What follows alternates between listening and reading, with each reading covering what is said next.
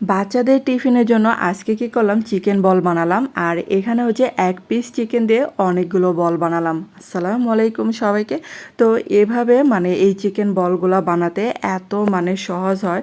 আর এই চিকেন বলগুলা যে কেউ কিন্তু বানাতে পারবেন খুব সহজে। এত সহজ বানানো, তো একবার যদি শিখে যান তাহলে আর কিন্তু বাইরে থেকে আপনাকে কিনে খেতে হবে না। আর বাচ্চারা এত খুশি হয়, তো বাচ্চাদের জন্য এগুলো আমাকে ফ্রোজেন করে রাখতে হয়। তারপর দেখেন এখানে এক পিস চিকেন, একটু বড় সাইজের আর কি চিকেনটা ছিল। আর এখানে কাঁচা মরিচ দিয়ে দিলাম, তার গোলমরিচ, আদা রসুন বাটা দিলাম, আর দিয়ে দিলাম কিছুটা সয় সস, তারপর হচ্ছে কিছুটা টমেটো সস দিলাম, আর এখানে আবার কিছুটা চিলি ফ্লেক্স দিয়ে দিলাম। তারপর হচ্ছে স্বাদ মতো লবণ দিলাম, আর এখানে একটা ডিম দিয়ে দিলাম। ডিমটা দিলে অনেকটা সফট হয়। এখানে হচ্ছে হাফ কাপের মতো কর্নফ্লাওয়ার দিয়ে দিলাম, দুইবারে দিলাম এখানে। তারপর হচ্ছে এখানে যে এটা ব্লেন্ড করে নেব। আপনারা চাইলে কিন্তু এখানে পাউরুটির পিসও দিতে পারেন। আর এই যে ব্লেন্ড করা হয়ে গেছে। আর এখানে কিন্তু একটা জিনিস আমি স্কিপ করেছি, সেটা হচ্ছে সামান্য একটু বেকিং পাউডার দিবেন। আর এটা কিন্তু আমি দেখাতে ভুলে গিয়েছিলাম, আপনারা কিন্তু অবশ্যই একটু বেকিং পাউডার দিবেন। তারপর এই যে দেখেন, এই যে চামিচের সাহায্যে আমি এই যে পরিমাণ মতো এখানে বলগুলা নিচ্ছি। আর অবশ্যই যতবার এটা বানাবেন হাতে একটু তেল মাখিয়ে নেবেন, তাহলে অনেকটা গোল হবে। আর এই যে দেখেন এক প্লেট হয়েছে, আরও কিন্তু বাকি আছে। আর এগুলা কিন্তু এখন এই যে বলক তোলা পানিতে ছেড়ে দেব।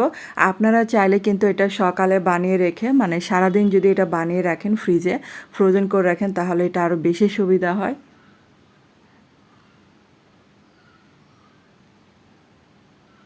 আর এগুলা পানিতে দেওয়ার পর যখন দেখবেন যে বলগুলা আস্তে আস্তে উপরে ভেসে আসছে, তখনই বুঝবেন যে এটা হয়ে গেছে। এই যে দেখেন বলগুলা দেখেন উপরে কিন্তু ভেসে উঠেছে।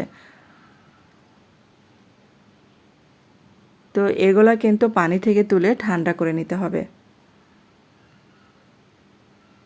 আর এই অবস্থায় কিন্তু ফ্রোজেন করবেন। আর এখানে কিন্তু আমি কয়েকটা ভেজে দেখাচ্ছি, সবগুলোই কিন্তু ভাজবো না, কারণ হচ্ছে বাচ্চাদের টিফিনের জন্য বানানো, এগুলো আমি ফ্রোজেন করে রেখে দিব।